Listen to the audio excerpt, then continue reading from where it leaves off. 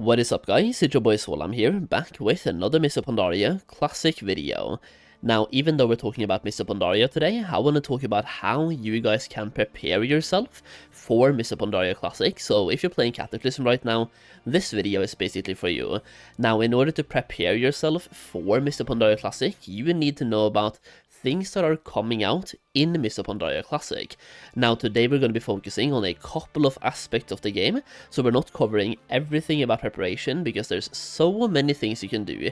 You can gear yourself up to level up faster, level up multiple characters, start purchasing battle pets, start grinding battle pets, you name it, right? There's so many things you can do to prepare yourself, and I just want to give you guys different ways to prep in different videos. So today we're focusing on one aspect, and next week we're going to focus on a different aspect as well. Either way, let's talk about preparing yourself for Mists of Pandaria Classic. So something that is coming out in Mists of Pandaria, well, it's not really anything new, but it is kind of new at the same time, so let's talk about cooldown craft. In Mists of Pandaria, Tailoring has access to 2 cooldown craft. They can, for example, make Imperial Silk on a daily cooldown, giving them, well, you can see here, the Imperial Silk craft, turning Bolt of Wind wool cloth into Imperial Silk. This right here is used to make the brand new bags in Mists of Pandaria, so you need to have Imperial Silk to get the best quality bags you can get, and it can also be used to make BOE epic items that you can put on the auction house and people will buy them to gear up their characters. Later in the game, tailors also get access to celestial cloth crafting, which just furthers their ability to make more gold on a daily basis by turning celestial cloth into BOE items and then selling those on the auction house. Now, you also have Alchemy that is also getting a daily craft, which is this one right here, Riddle of Steel, or transmuting living steel. So living steel is also used in, for example, crafting a mount that comes out later in Mists of Pandaria, the Sky Golem, which makes it used by, for example, the engineers and jewel crafters. It's also used by blacksmiths to make BOE epic items, and basically living steel will be in huge demand throughout the entire expansion, and it's made on a daily cooldown by alchemists. So having alchemists with this cooldown will be incredibly relevant, but while we're talking about daily crafts, there is one thing that is coming out in Mists of Pandaria that we haven't had before, and that is the fact that Inscription now also has a daily cooldown. Scribes can make Scroll of Wisdom on a daily craft, on a daily cooldown, and this one right here is used in, as you can see right next to my face, Darkmoon Card of the Mists. This means that every scribe can make 1 Darkmoon Card of the Mist every single day if they are max skill and do their daily craft. So you have to do your daily craft to actually be able to make a Darkmoon Card of the Mist. So to be able to make the trinkets in the bottom right, you basically have to do daily craft. This severely limits how many Darkmoon trinkets we will see early in the game, and it also means that those Darkmoon trinkets could be very, very expensive, and you can cash in on that by having multiple scribes and make a bunch of gold. So what I would say here, the best way to prepare yourself for Mists of Pandaria is to level up characters and level up as many as you can. I would be incredibly surprised if we don't have the Joyous Journeys buff very soon, because we have had the Joyous Journeys buff in Cataclysm at the end of every single patch so far, and it's usually been here for about a month, sometimes even 2 months, where you can literally level up characters and have 50% experience buff all the time while you're leveling. And the thing is, this buff could make a return and could also be here for the entirety of the Mists of Pandaria pre-patch, in which case, when this buff returns, you can level up 50% faster, and if you have heirlooms, you level up very fast as well.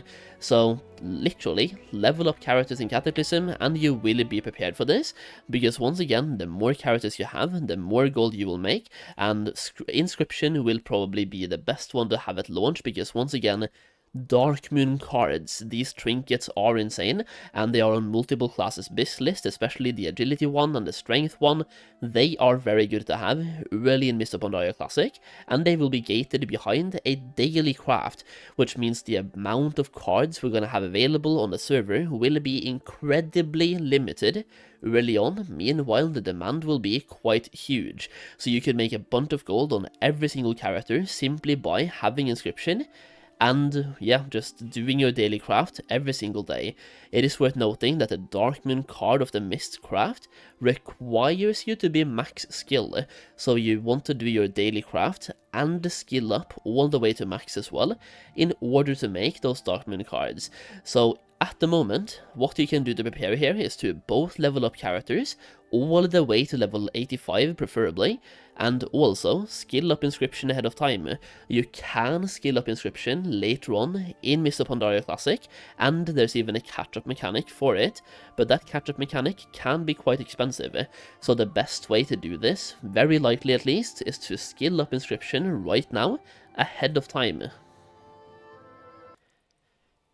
Now, I did just talk about the fact that there's 3 different professions that have a daily cooldowns, and there's another one that gets it later in Mists of Pandaria as well, which is going to be engineering, that can make a mount through their daily craft, which is very good to have when that's available.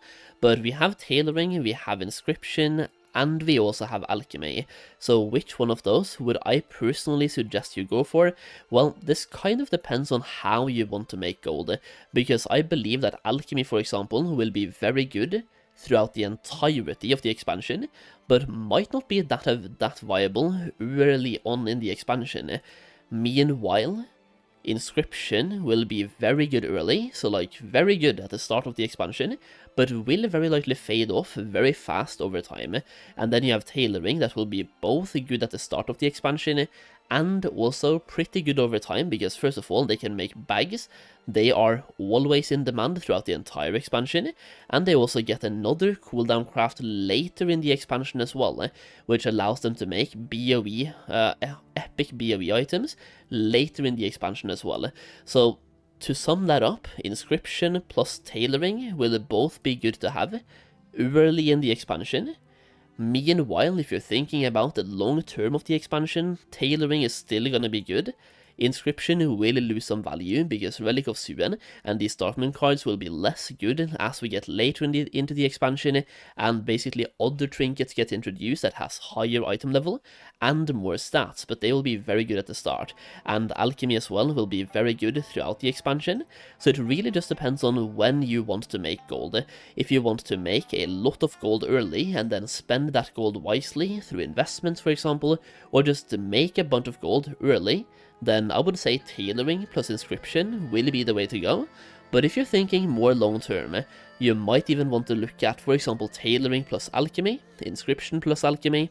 It all depends on what your goals are.